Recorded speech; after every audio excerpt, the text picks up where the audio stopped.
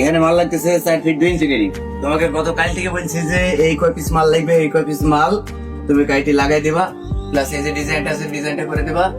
আর এই তো সামান্য কিছু কাজ আছে, এই কাজগুলা তোমার মোটামুটি 2 থেকে 3 ঘন্টার কাজ। কিন্তু কাল থেকে তোমাকে বলতেছি কাজের প্রতি কোনো ফোকাস নাই, কাজ করতেছো না, তোমরা 4-5টা লোক আছো। আর আমাকে ওদিকে পার্টি ফোন দিচ্ছে, পার্টি যাচ্ছে তাই বলছে। তাহলে পার্টি বলতেছে ভাই যদি আজকের মধ্যে গেট কমপ্লিট না দেন তাহলে ভাই গেটের টাকা ফেরত দেন, আমরা আপনার কাছ থেকে কাজ করবো না। এরকম করলে আমার আজকেও কাজ দেবে? তোমরা কি করতেছো? মামা কাল থেকে সারাদিন কারেন্ট নাই, আবার রাতে কাজ করব, কিন্তু মালও শর্ট হয়ে গেছিল।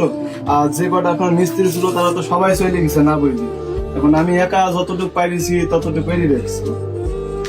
আমি কাল বেলা 12টার সময় মালের টাকা দিয়েছি, প্লাস পার্টিকে ওইখানে উপরে বলে দিয়েছি যে মাল আমার দোকানে পৌঁছানোর জন্য, কিন্তু এখনো পর্যন্ত মাল পৌঁছায় নাই। যে তোমরা আমাকে বলবে না সেটা? পার্টি আজকে ডেট দিয়েছে যে 3টার দিকে আসবে, তো 3টা তো বাজে গেল, পার্টি এসে তো আমার সাথে এখন কাজ করবে। আমি কিভাবে পার্টিকে মেনটেন করবো বলো? আর এরকম করলে তো আমাকে কেউ কাজ দেবে না। ভাই ভালো আছেন? হ্যাঁ ভালো আছি। আজকে তো আমার গেটটা ডেলিভারি দেওয়ার কথা, কি কি অবস্থা? গেট কি রেডি? আরে বসেন ভাই, গেটের ব্যবস্থা হচ্ছে, বসেন। ধরু ভাই, আজকে আমি বসতে আসিনি, আজ আমার ডেলিভারি দিতেই হবে, গেটটা ডেলিভারি দিতেই হবে। গাড়ি বাড়ি নিয়ে চলে আসছি ভাই।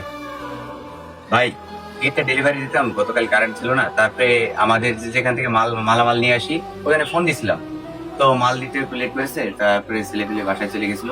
তো গেটটা আজকে দিয়ে দেবো ভাই, যদি কারেন্ট থাকে টেনশন করেন না। ঠিক আছে, একটু বসেন, আমি গেটটা কমপ্লিট করে দিচ্ছি।